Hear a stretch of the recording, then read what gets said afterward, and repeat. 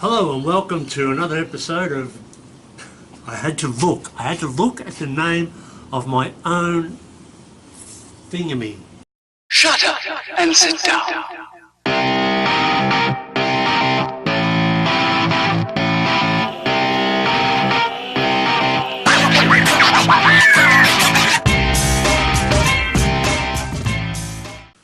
Hello and welcome to Generation Motorcycles. Well, the project's finished. We started out with a red 1986 Suzuki Savage ls650 cruiser, and we now have this Caferacer. So I would like to go through a list of the jobs that we did on this bike. We'll start with the paint job. This paint's called Plasti Dip. There's a lot of about it on Google, so look it up. It's a really good product and made for a nice finish. It's got a bit of a metal flake through it, and it's come up quite nice. So we start at the front of the bike here, and what we did with the front forks was they had lacquer on them, old lacquer, which had started to yellow and chip. So we stripped all that off with paint stripper, and then we polished them up. And then also when we had them apart, we replaced the fork seals, and we also lowered the forks 50mm just to bring that front down on the front of the bike as well. So the forks were completely redone. We did the steering head bearings while we had that pulled apart, so it's got brand new steering head bearings in it as well. Also we did the clip-on handlebars. Now the original handlebars were on an extension, and then the bars came up to about here somewhere. We had to utilise the original bars because all the controls are 1 inch, or the bars are 1 inch, so the controls match the bars. So in order to reuse our controls, we used the original handlebars. So we cut them down and we welded inserts into them, and then we mounted them to the original indicator brackets, which are quite a solid aluminium bracket. While we had those off, we polished all them up as well.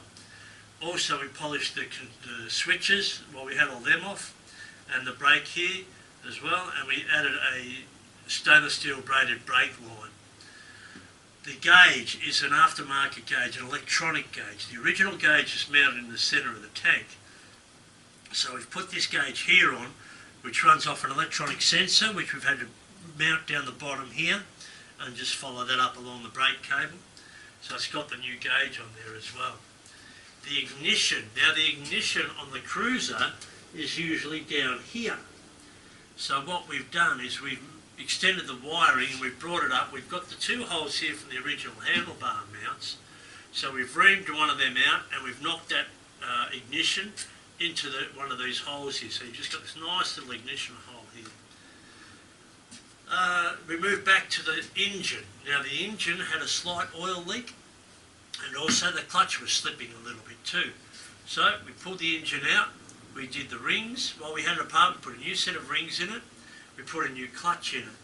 We stripped all the leftover lacquer off the side covers, and we completely polished both side covers and also the top of the motor as well. We did the rear controls here. This is the rear set controls. Now the original controls are usually up the front here on the cruiser, so we've deleted all of those, made up brackets back here to take these rear set controls. And in a Caferacer style bike or a road style bike, the controls are usually in line with like the centre of your motor and your axle to give you that balance from foot to motor to axle. So we've lined all that up. And we've also had to remount the stand because the stand was all part of that front mount. In here there was a massive battery box, there was a big plastic air cleaner and a side cover on here as well. So as you can see, all that's gone now. We've got a nice little pod filter on the carburettor, and the battery is we've replaced it with a lithium ion battery up under the seat here. Nice little lithium ion battery up under there, and then all the wiring we've neatly brought up under the seat here and tucked it all the way up under the seat.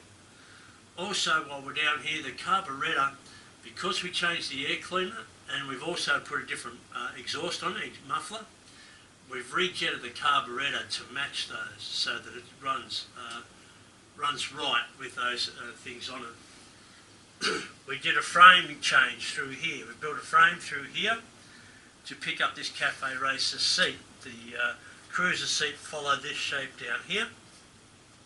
So we put that framework in through there.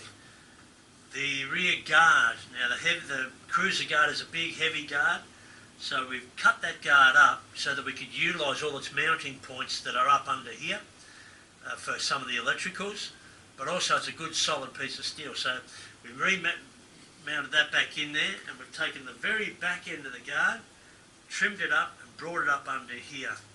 And that's made us being able to utilise the original tail light brackets as well. But we've got a different tail light, and once again, like the front little indicators, on the back here.